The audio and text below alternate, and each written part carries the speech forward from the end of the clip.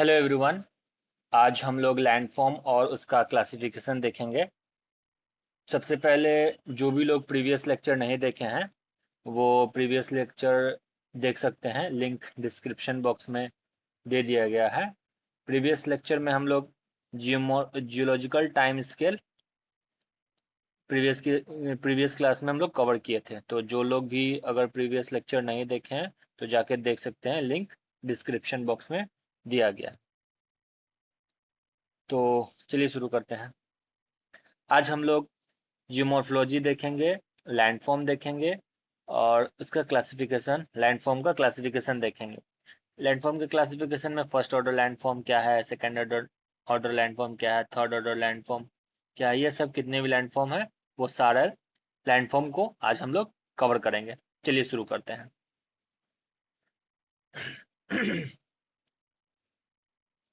Geography में mainly दो branches हैं।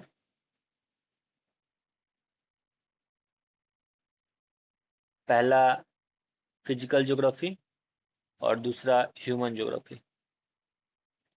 तो फिजिकल ज्योग्राफी में आप देख सकते हैं कि जियोमॉर्फोलॉजी आता है, क्लाइमेटोलॉजी आता है, ओशनोग्राफी आता है, बायोजियोग्राफी आता है, ये सब फिजिकल ज्योग्राफी का। और जियोमॉर्फोलॉजी में, जियोमॉर्फोलॉजी का मतलब होता है कि अर्थ के जो भी स्थल भाग है, लिथोस्फेयर, उसकी स्टडी की जाती है। लिथोस्फेयर क्या है उसको हम लोग आगे देखते हैं, आगे देखेंगे उस सब। और क्लाइमेटोलॉजी में हम लोग देखते हैं, स्टडी करते हैं अर्थ के ही क्लाइमेट का, एटमॉस्फेयर की स्टडी करते हैं। एटमॉस्फेयर का लेयर, टेम्परेचर, उसका प्रेशर, ह्यूमिडिटी, ये सब हम लोग क्लाइमेटोलॉजी में देखते हैं। उसके बाद आता है ओशनोग्राफी। ओशनोग्राफी में ओशन की स्टडी, ओशन की स्टडी होती है। ओशन के अंदर कितने लेयर हैं, ओशन के अंदर कितने लेयर हैं, उसका सैलिनिटी, उसका टेम्परेचर, उसका सब कुछ इसमें देखते हैं ओशनोग्राफी में, ओशन। और उसके बाद फिर बायोज्योग्राफी आता है। तो बायोज्योग्राफी में किसी जहाँ किसी स्थान विशेष की इन्वायरमेंट से प्रभावित होकर प्लांट और एनिमल, दोनों प्लांट और एनिमल ग्रो होता है। जीव जंतु का ज्योग्राफी पे क्या प्रभाव, रेफरेंस में जीव जंतु का ज्योग्राफी के रेफरेंस में स्टडी करते हैं, उसको बायोज्योग्राफी करते हैं, कहते हैं। तो ये फिजिकल ज्योग्राफी के ब्रांचेस हैं। अब आया ह्यूमन ज्योग्राफी। ये फिजिकल ज्योग्राफी हो गया, अब आया ह्यूमन ज्योग्राफी। तो ह्यूमन ज्योग्राफी में मेनली देखा जाता है कि एग्रीकल्चर हो गया, इकोनॉमिक ज्योग्राफी हो गया, एग्रीकल्चर ज्योग्राफी हो गया, ये सब फिजिकल ज्योग्राफी के, फिजिकल ज्योग्राफी मतलब भौतिक भूगोल, साथ ही ह्यूमन ज्योग्राफी को कंबाइन करके काम किया जाता है। जैसे देखा जाता है नेचुरल रिसोर्स है, कोल माइनिंग से इंडस्ट्री लगाना, जो भी इकोनॉमिक एक्टिविटी नेचुरल रिसोर्स किसी भी पर्टिकुलर एरिया में है, ह्यूमन का एक्टिविटी हो रहा हो, दोनों फिजिकल प्लस ह्यूमन के कॉम्बिनेशन से चल रहा, उसी प्रोसेस को ह्यूमन ज्योग्राफी कहते हैं। यहाँ तक तो क्लियर है, कोई दिक्कत नहीं है। चलिए, अब फिजिकल ज्योग्राफी है, भूगोल का बेस होता है। तो फिजिकल ज्योग्राफी भूगोल का बेस होता है, सबसे मतलब इम्पोर्टेंट है फिजिकल ज्योग्राफी समझना, क्योंकि यही बेस है। तो फिजिकल ज्योग्राफी में जियोमॉर्फोलॉजी का हम शुरुआत करते हैं अब। तो जियोमॉर्फोलॉजी जो, वो जी मॉर्फ और लॉजी, ये तीन वर्ड है, जी मॉर्फोलॉजी, जो कि एक ग्रीक वर्ड है। जी का मतलब होता है अर्थ, मॉर्फ का मतलब होता है आकार, प्रकार, स्थल भाग का आकार प्रकार जिसपे हम बैठे हैं, अभी खड़े हैं अभी हम लोग, उसी के फॉर्म करते हैं। और लोगोस का मतलब होता है डिस्कोर्स, डिस्कोर्स का मतलब होता है समझाना या एक्सप्लेन करना। तो पृथ्वी का जो आकार प्रकार है जैसे कहीं पे आप देखते होंगे प्लेन है, कहीं देखते होंगे कि पहाड़ है, कहीं देखते होंगे पठार है, कहीं देखते होंगे वैले घाटी है। तो सब जगह यही यही प्लेन माउंटेन, यही प्लेन हो गया, माउंटेन हो गया, प्लेट्यू हो गया, वैली हो गया, क्या ये पृथ्वी के आकार नहीं है? तो यह रूप कैसे बना है, कौन कौन सा फोर्सेस के कारण बना है? तो ये जितने भी आकार का स्टडी करता है, ये जितने भी आकार का स्टडी, ये जियोमॉर्फोलॉजी में ये आते हैं। जी मतलब अर्थ, मॉर्फ मतलब आकार, और लॉगिस मतलब डिस्कोर्स। तो आप कह सकते हैं कि यह एक साइंस ऑफ डिस्क्रिप्शन है। माने डिस्क्रिप्शन माने समझाना, जिसपे पृथ्वी के वेरियस अलग अलग फॉर्म को, आकार को अर्थ के सरफस वाला, ऐसा नहीं है कि पृथ्वी के गहराई की स्टडी करता है, पृथ्वी की सरफेस का स्टडी, या फिर उसको और ज्यादा प्रिसाइज तरीके से कहें तो टोपोग्राफिक की जो फीचर होती हैं उनकी ओरिजिन और डेवलपमेंट, टोपोग्राफिक के फीचर की ओरिजिन और डेवलपमेंट की बातें, प्रोसेस को जियोमेट्रिक स्टडी करता है। जियोमेट्रिक स्टडी मतलब कैलकुलेटिव स्टडी को जियोमॉर्फोलॉजी कहते हैं। जियोमॉर्फोलॉजी को आप ऐसे भी कह सकते हैं कि ये एक साइंटिफिक स्टडी है पृथ्वी के सरफेस का, जिसमें हम पृथ्वी के अलग अलग प्रकार के लैंडफॉर्म लैंडफॉर्म अलग अलग प्रकार के लैंडफॉर्म, यही जैसे माउंटेन हो गया, प्लेट्यू हो गया, वैली हो गया, प्लेन हो गया, अलग अलग प्रकार के लैंडफॉर्म, लैंड मतलब स्थल और फॉर्म मतलब रूप, स्थल रूप के साइंटिफिक स्टडी करते हैं, वैज्ञानिक अध्ययन करते हैं। और ये बेस्ड ऑन किसके? तो ये कॉज एंड इफेक्ट रिलेशनशिप से। और इसमें क्या क्या होता है, चीजों को देखते हैं, इसमें क्या क्या चीजों को देखते हैं, पृथ्वी के जितने भी लैंडफॉर्म है उसका ओरिजिन देखते हैं।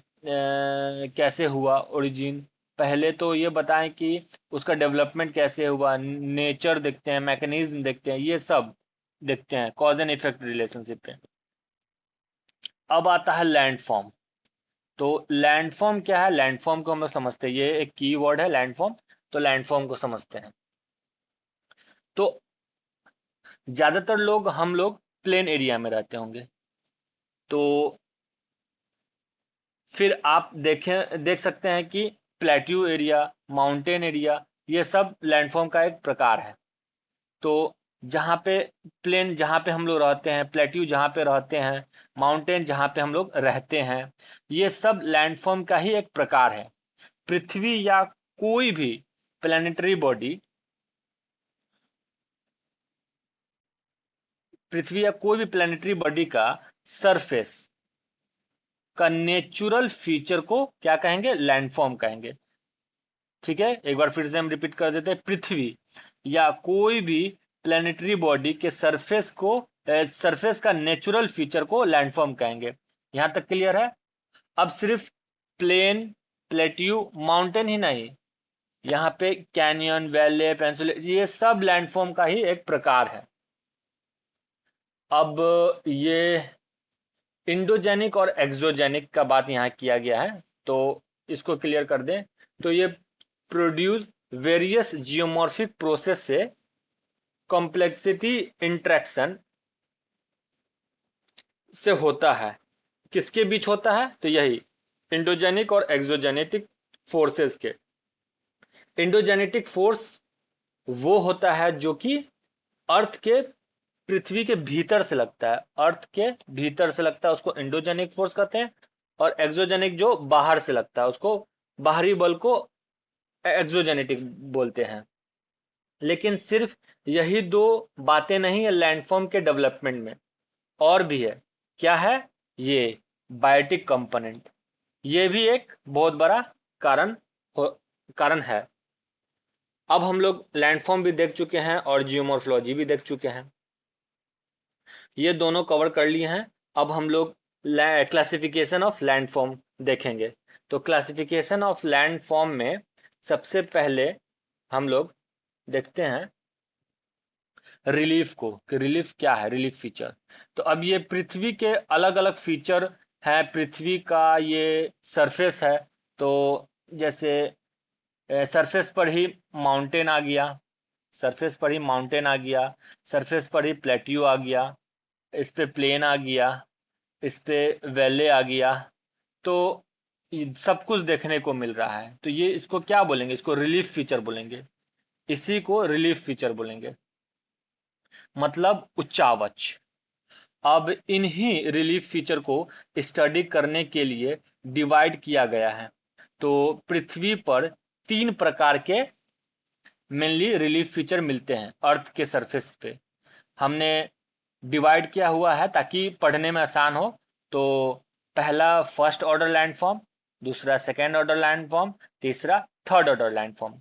हिंदी में बोले तो प्राथमिक उच्चावच, द्वितीय उच्चावच और तृतीय उच्चावच।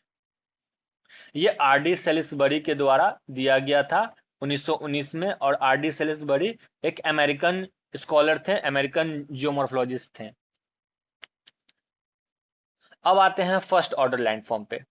तो फर्स्ट ऑर्डर लैंडफॉर्म जो है वो ये जैसे कि फर्स्ट ऑर्डर लैंडफॉर्म होते हैं जो सबसे बड़े होते हैं और बड़े आकार में फैला होता है, जैसे कॉन्टिनेंट या फिर ओशन बेसिन। ये सब बड़े एरिया में फैला होता है और इन्हीं को फर्स्ट ऑर्डर लैंडफॉर्म कहते हैं। और ये इसको स्मॉल स्केल पे बना होता है। स्मॉल स्केल का मतलब जो बहुत बड़ा एरिया कवर करता है। जैसे आप एक वर्ल्ड मैप, वॉल मैप में पूरा विश्व दिखाया जाता है, तो वो क्या है, वो एक स्मॉल स्केल पे है। जैसे वर्ल्ड मैप पे आप देखते होंगे पूरा स्मॉल स्केल पे वर्ल्ड मैप बनता है। तो ये इसका एग्जांपल कॉन्टिनेंट हो गया फर्स्ट ऑर्डर लैंडफॉर्म का, और ओशन बेसिन हो गया। मेनली ये इंडोजेनिक फोर्स से बना हुआ है फर्स्ट ऑर्डर लैंडफॉर्म। अर्थ पे जो भी लैंडफॉर्म बने हैं वो किसी न किसी फोर्स से ही बने होते हैं, चाहे वो अंतरजातीय बल हो या बहिर्जात बल हो। अब ये बल क्या है समझ समझा देते हैं। पहले सिंपल भाषा में कहें तो, सिंपल भाषा में हम आपको समझा देते हैं, एक सेकंड।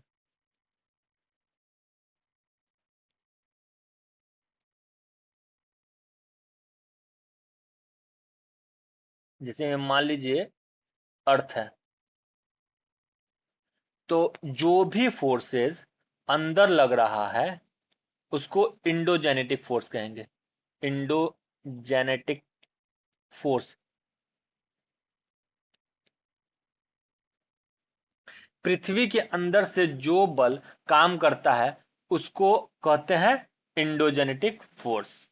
इसका एग्जाम्पल हो गया हमारा अर्थक्वेक और वोल्केनो।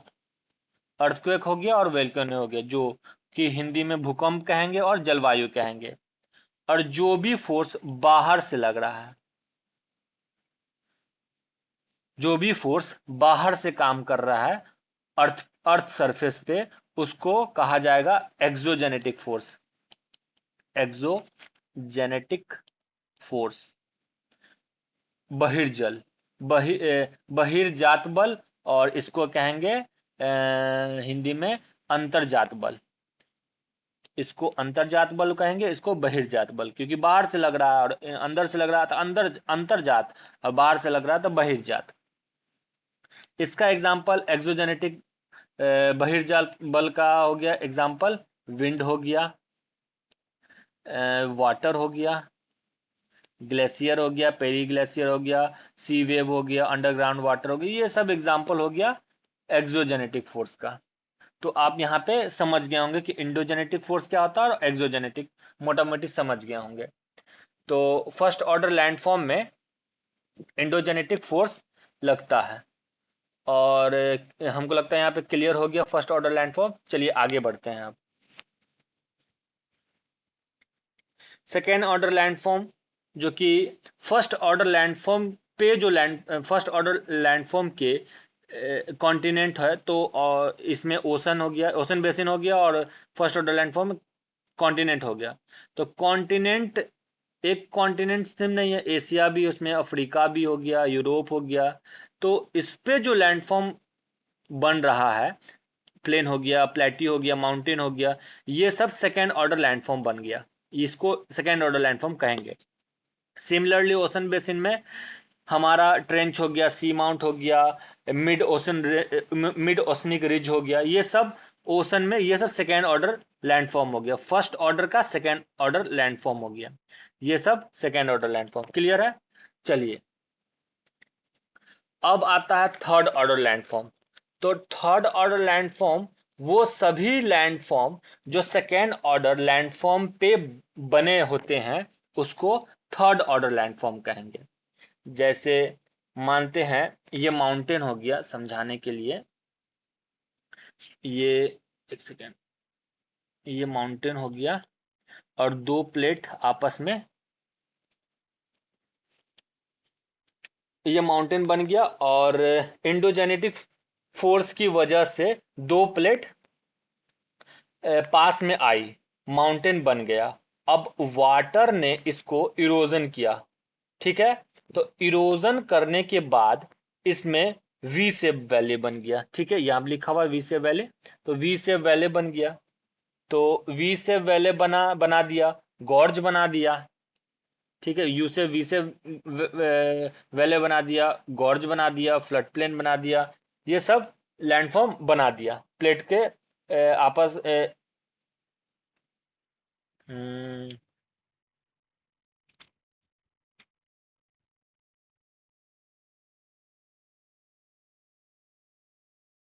ठीक है। तो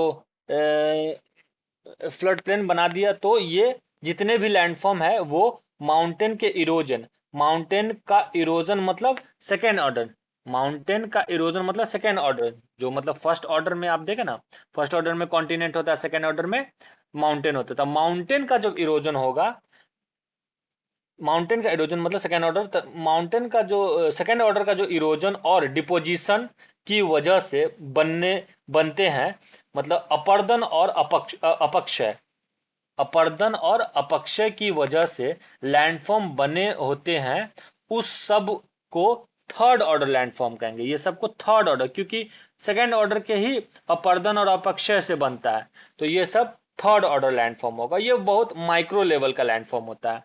क्लियर है? तो हमको लगता है ये थर्ड ऑर्डर भी हम बता दिए हैं। और मेनली ये,